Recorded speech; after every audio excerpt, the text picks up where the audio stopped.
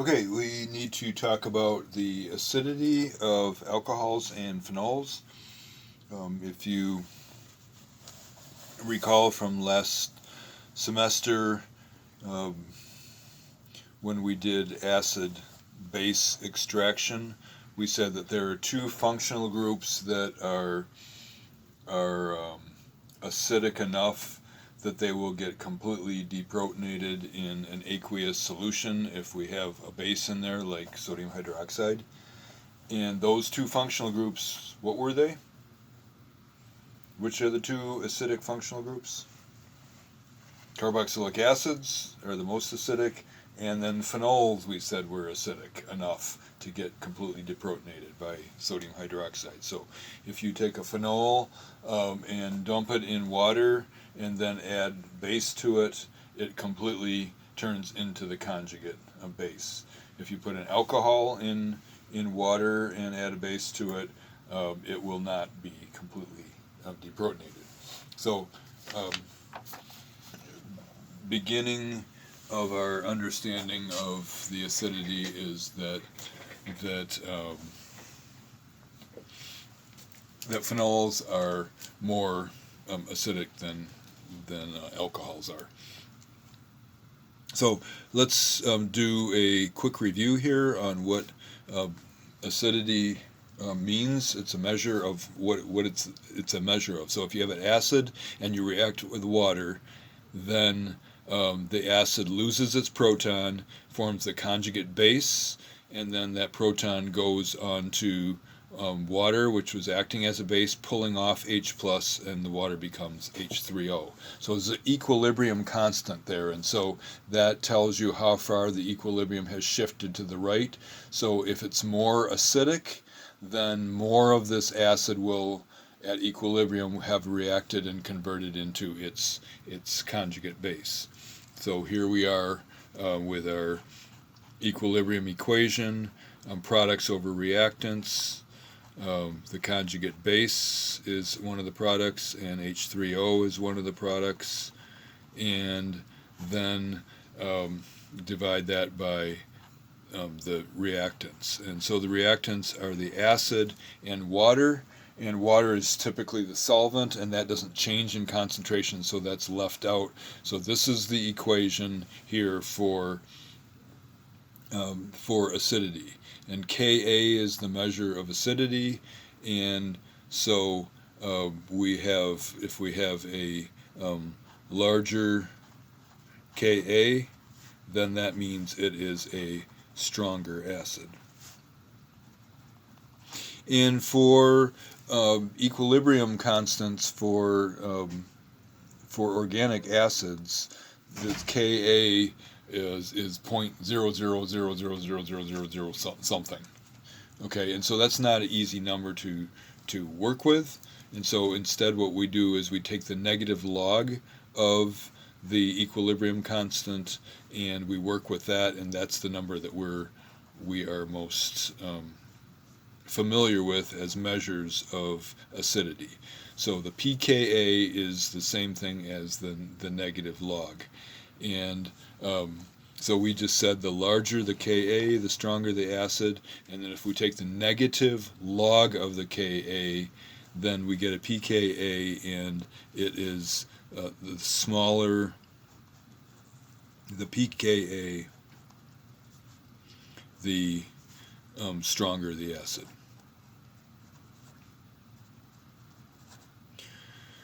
And or I should say smaller, meaning the more, well, yeah, I don't know, the more negative it is, because um, some of these, for the strong acids, the pKa's are actually negative. But I guess the easiest way for us to think about it is the smaller the pK, the stronger the acid. And so if we have an alcohol,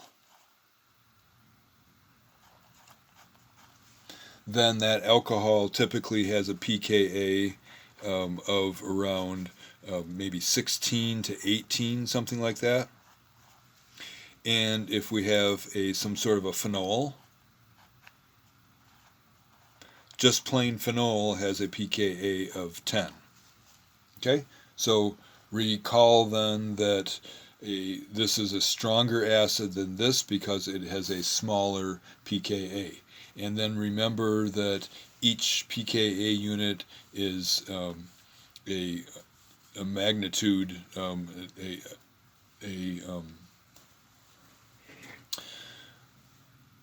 a multiple of 10.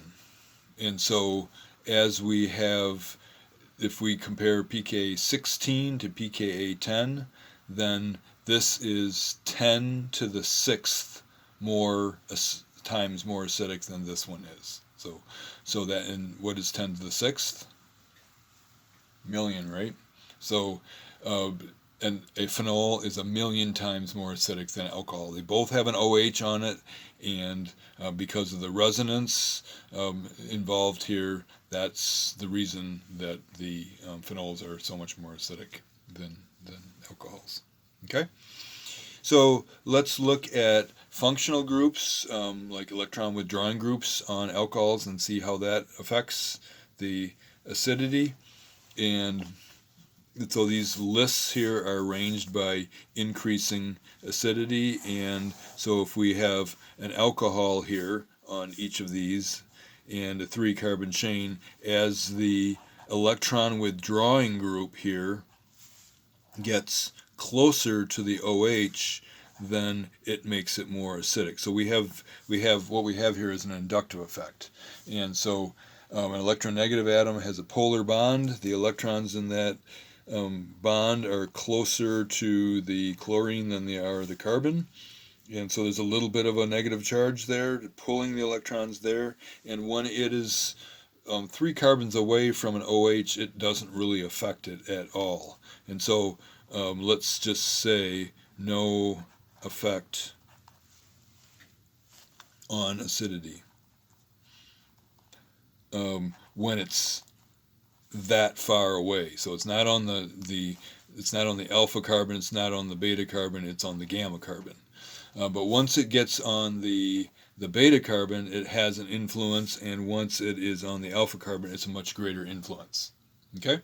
So if you have an electronegative atom that's close to the OH, it makes it considerably more acidic.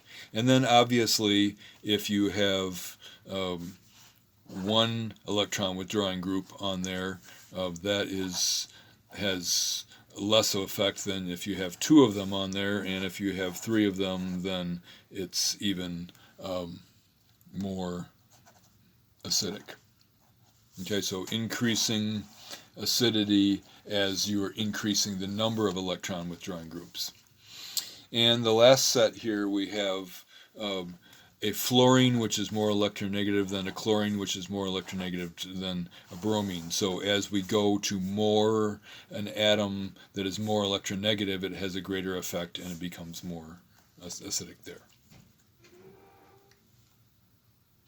Okay, let's take a look at the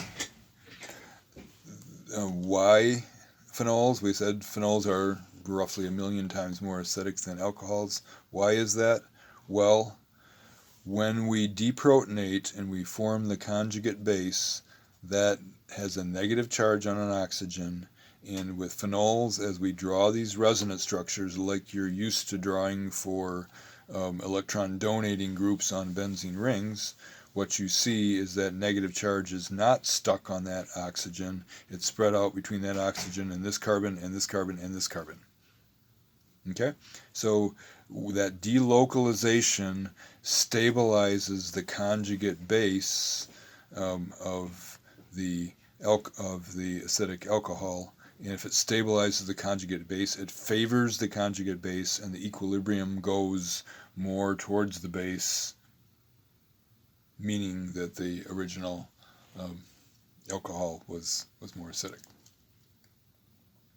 And then on the flip side of this yellow sheet in your packet, you can see the effect of various electron donating groups and electron withdrawing groups on the acidity of alcohols.